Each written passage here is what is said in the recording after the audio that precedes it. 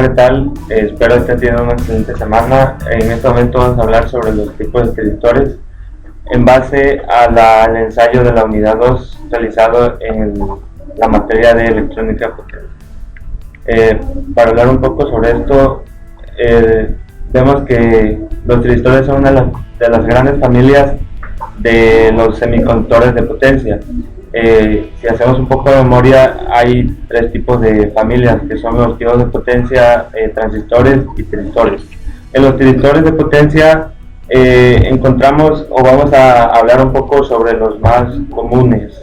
Empezamos con el primero, que son los rectificador controlado por silicio, o mejor conocido como los SSR. Los SSR también son un sinónimo de los trisitores.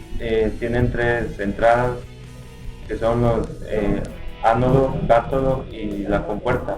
Se enciende por medio o se controla por medio de la compuerta. Más utilizados en la electrónica por su facilidad económica y porque son muy durables a comparación de otros tipos de trisitores.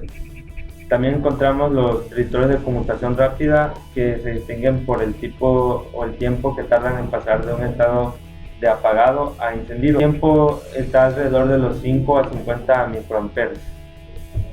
Tenemos también un tipo de tristor que no podemos dejar pasar, que son los tristores TREAC, que no tienen una entrada definida como ánodo o cátodo bidireccional. La corriente puede pasar tanto en la entrada 1 como en la entrada 2. Este tipo de tristor tiene una entrada MT1 y MT2 y la compuerta. Se enciende por medio de que MT1 sea positiva respecto a MT2, entonces la compuerta se encendería con un pulso positivo. Y si MT1 es negativa respecto a MT2, la compuerta se encendería por un pulso negativo. Respecto a MT2, entonces la compuerta se encendería con un pulso positivo. Y si MT1 es negativa respecto a MT2, la compuerta se encendería por un pulso negativo.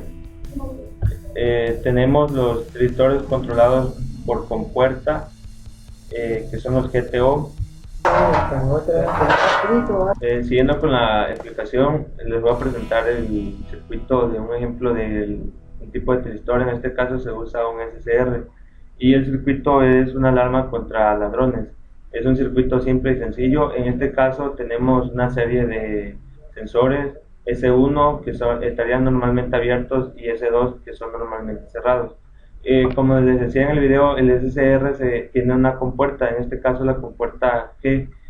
Aquí si vemos en este circuito, S1 está abierto y S2 está cerrado. Para este caso la compuerta, el voltaje de la compuerta sería 0, por lo cual el SSR estaría apagado.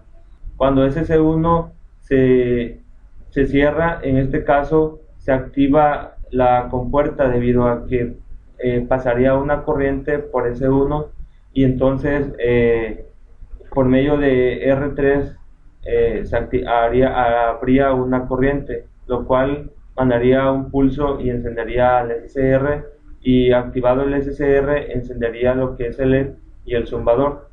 De igual forma, cuando S2 se abre, de la misma forma se vuelve a encender el SSR, y lo que energizaría al zumbador y al LED. Para estos casos, el SSR, como sabemos, no se puede apagar por medio de otro pulso, sino en este caso se apagaría de una manera forzada.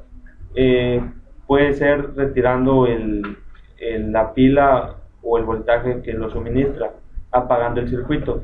De esta manera el SSR se vuelve a apagar. O también lo que se puede hacer es agregar un switch para no estar sacando la pila, y de esa manera controlar el apagado de nuestro SSR. Se administra en la compuerta. El SSR queda encendido aún cuando el pulso deja de pasar por ella, por lo que nos da un mejor entendimiento de cómo funciona este tipo de tiristor. Solamente debemos de tener en cuenta que al querer hacer uso de un tristor en específico es necesario distinguir el resultado que se desea para así saber cuál tipo de tristor utilizar.